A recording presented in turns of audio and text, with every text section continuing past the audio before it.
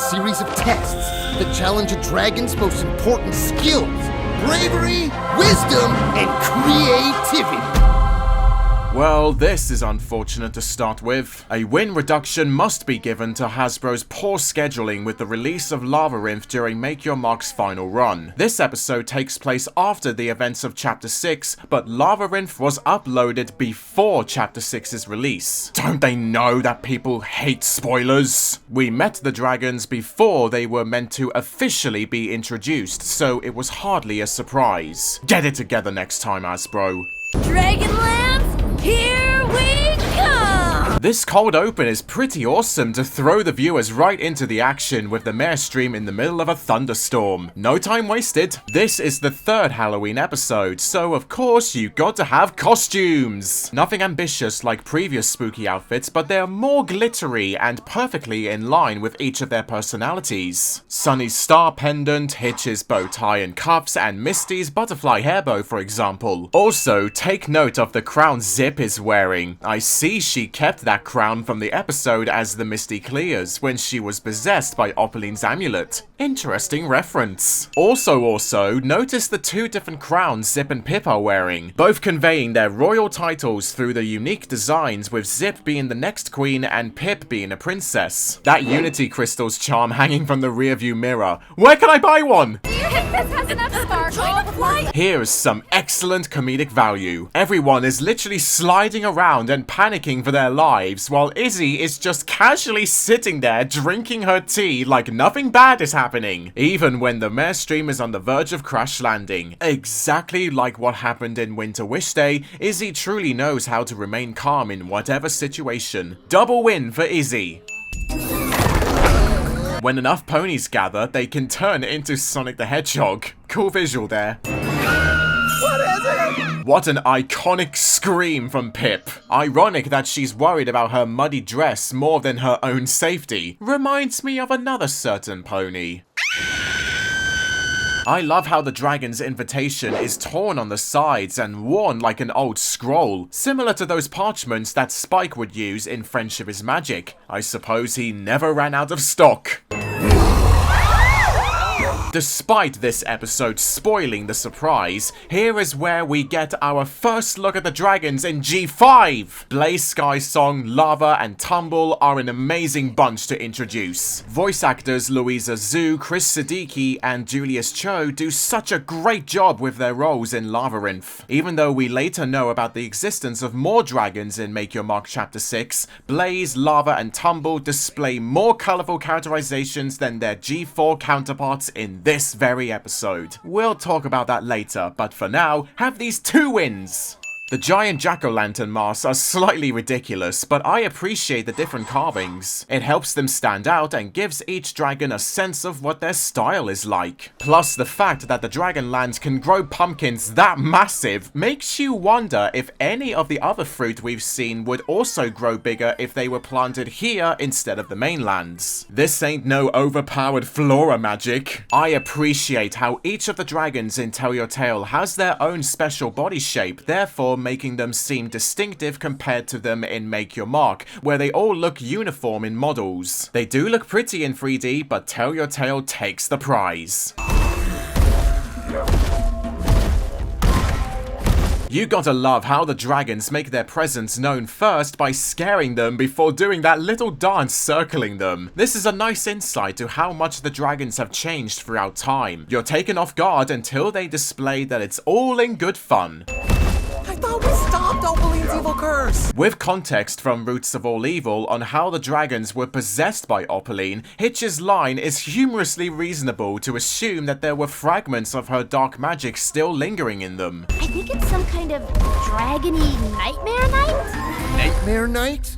Give me a break. It's funny again how the dragons know about Nightmare Night with Lava's distaste. This indicates that either the ponies shared some of their traditions with the dragons in the past, or Spike shared some of his intriguing pastimes with the other dragons while they were growing up. I could totally see Spike telling stories to those dragons when they were young. They're a series of tests that challenge a dragon's most important skills: bravery, wisdom, and creativity. This line gives us a wonderful look into the new culture of the Dragonlands. Compare the virtues of bravery, wisdom, and creativity to ferocity and strength and determination that the Dragon Lord Torch emphasized in the Friendship is Magic episode Gauntlet of Fire. Only dragons with my ferocity, strength, and determination will be able to finish. In G4, the dragons mainly favored more dominant traits while shunning friendship, cooperation, and other positive aspects until later in the show, whereas the dragons in G5 have moved away from those aggressive elements and are generally more friendly in comparison. This is the sole reason why I believe G5 has better and more varied dragon characters. This is a huge win for the generation with a new breed of Scalies, so I feel compelled to award this a triple win.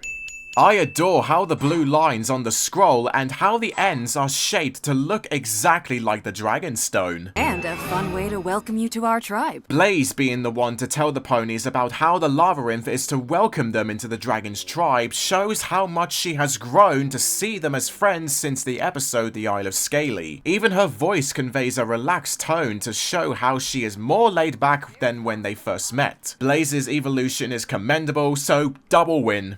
When you said dress with sparkle, We meant actual sparkles. It's very dark in the Lavarynth. How thoughtful of the dragons to request that the ponies dress with sparkles to provide light while they're in the dark. It's also a good use of foreshadowing when it comes into play during the final act, where Pip's dress reflects the light to reveal the dragon picture they have to match. Watching Sparky waving at the dragons is too cute, so I have to give it a win. Classic cartoon trapdoor. It's even better how the main six don't immediately fall through when it opens up.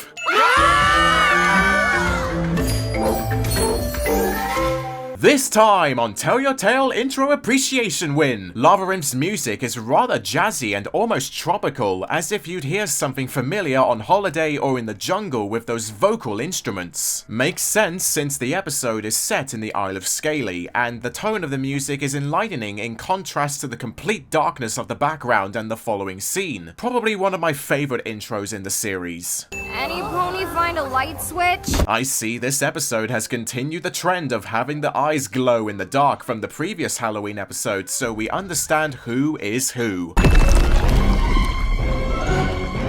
The establishment of the first test is really daunting and I love it to bits. The lava falls, the swinging blades, and the stomping pillars, with the music helping to sell the danger. It's awesome how the first test feels like something ripped straight out of the Gauntlet of Fire again. The dragons in G5 still retain certain aspects of their ancestors' rocky culture, displaying that they respect the past while moving forward with new beliefs. Nice Dragonclaw design stand. Lava said these were tests, right? This must be the first one? But how do we get there? And who else to conquer this test other than the element of bravery? It's cheeky how Zip gives us the answer, but realistically, she would be the character most willing to risk their life in a risky situation. Give me a boost, Hitch. Why did you specifically ask for Hitch to give you a boost, Zip? Are you hiding something from us? Wink wink. Give me a boost, Hitch.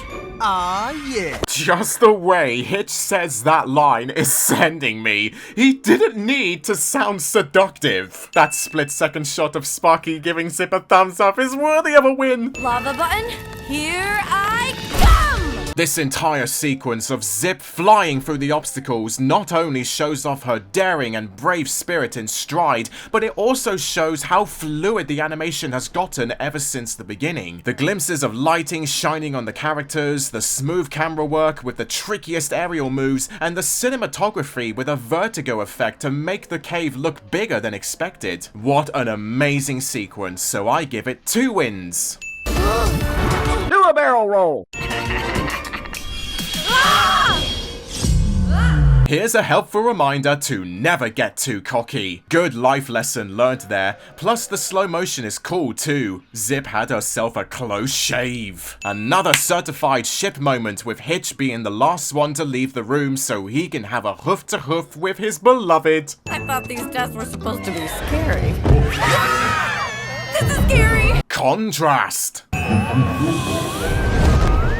Once again, the music truly assists to set the tone for the second task. Your cliche spooky soundtrack is always a joy to hear, even when you're stuck in a gloomy cave.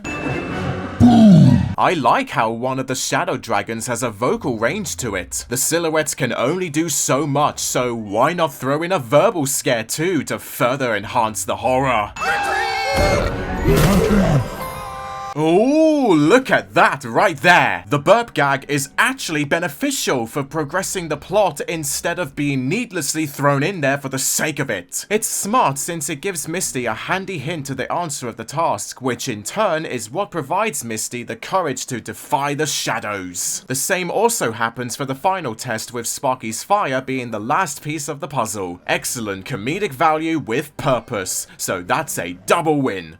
Aww, Hitch using his childhood mare friend for protection. It's suitable for his character when you remember from Haunted House that he is frightened of the dark. Continuity win! Misty, what are you doing? You're gonna get smushy. Izzy Moonbow and her overstimulated verbs. You gotta like it. My whole life I lived with a bully, but I learned bullies can only make you afraid if you let them. I wish I had known this sacred piece of wisdom when I was the subject of constant bullying in the past, because hot damn, the way Misty delivers this entire speech is brilliant. This scene shows how far Misty has come from being Opaline's scared, insecure minion to a resolute pony who has learned to never let your aggressors get the best of you, standing up to the bullies and helping others do the same. It's also a good reflection of the Friendship is Magic episode, What Lies Beneath, with Silverstream's test and the fake Storm King shadows. Amazing scene altogether, so double win.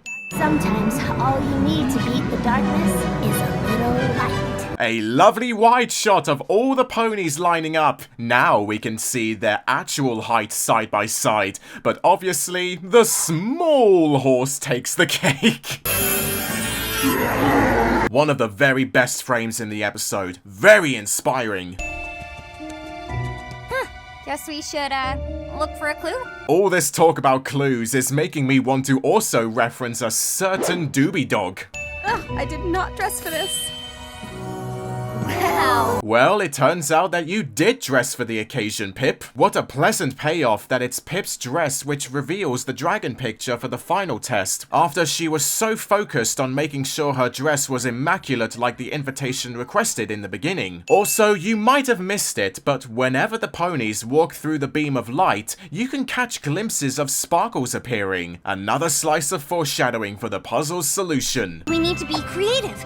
Izzy? Of course, you'd be so quick to call upon Izzy to solve the final test, Sonny. She is a natural crafts pony for creativity after all, and watching her laying her hoofs all over her friends is cute and equally funny. It's about to get Izzy-co. Olivia Newton-John would be proud you're a fan of her music, Izzy. The question of whether or not Sonny's alicorn form casts a shadow has been solved. The answer is yes, it does. Get ready to fly, little guy. Ironic you say that, Izzy, because Sparky can actually fly, since we've seen evidence of it in the episode Secret Canter. It continues to crack me up how the writers seem to have forgotten that fact. The nerve of the animators to show us clearly how Blaze, Lava, and Tumble react to witnessing the main six finishing the Lavarynth. Blaze is proud of them, Lava is probably wishing they died, and Tumble is silently impressed they made it out. Ugh, never expected to see you ponies again. Not bad. Lava is such an underrated dragon. He's one of my personal favorites. His grouchy demeanor to the ponies makes him stand out compared to his fellow Scalies. Seeing as how every dragon has been welcoming of the ponies after Make Your Mark Chapter 6, Lava still being gruffy and stern makes him a more refined character. Not all dragons can be smiley all the time. Let your inner dragon roar! It's wonderful how each dragon has their own unique fire color that matches their body color scheme, especially since we learn in the Isle of Scaly that these dragons have special kinds of fire. And what an incredible ending shot for this episode, with the explosion of colors and the saturation dialed up to the max. It reminds me of that scene in Avatar: The Last Airbender episode, The Firebending Masters, where Aang and Zuko saw the fire column the dragons created with all the amazing hues it showed. Also, hearing the main six trying out their own dragon roar was applaudable. It's cheesy, but works fantastically to close up the Halloween episode in style. Great job once again, Ryan Denham. Have yourself 2 more wins.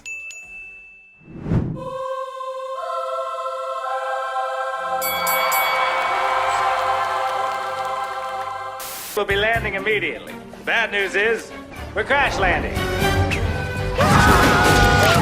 What's a labyrinth? The Fitness Gram Pacer test is a multi-stage aerobic capacity test. What is it? That's monstrous! She was gonna wear that tonight and you ruined it. Welcome to the Way of the Warrior. The Way of the Warrior was designed with one purpose in mind. Its golden pathway is a gauntlet of perilous obstacles. Donna? Yeah. Stare at the shadows. 3 little pumpkins yawning, yawning. Get ready, ponies. Let's get physical. Lights out, follow the noise. Never expected to see you ponies again. And I'm not losing to a puny, pony-loving dragon like you. By the power of BLUESKY, Aren't you put your name in the Gauntlet of Fire? No, sir. Ask one of the oldest students to do it for you. No, sir. And just before this video ends, I want to give a huge thank you to all my patrons on my Patreon. My Silver Fluffbutt patrons, Sabrina Wade and Alex Smith, and all my Gold Fluffbutt patrons, Drew Lazinski, Clear Heart Apple, Jonathan Chapper, Stephen Cram, Darthsiler22, Owen Wildish, Lance Dragmeyer, The Bluish Pony, and KikiBat VA. All of your love and support is greatly appreciated. Thank you.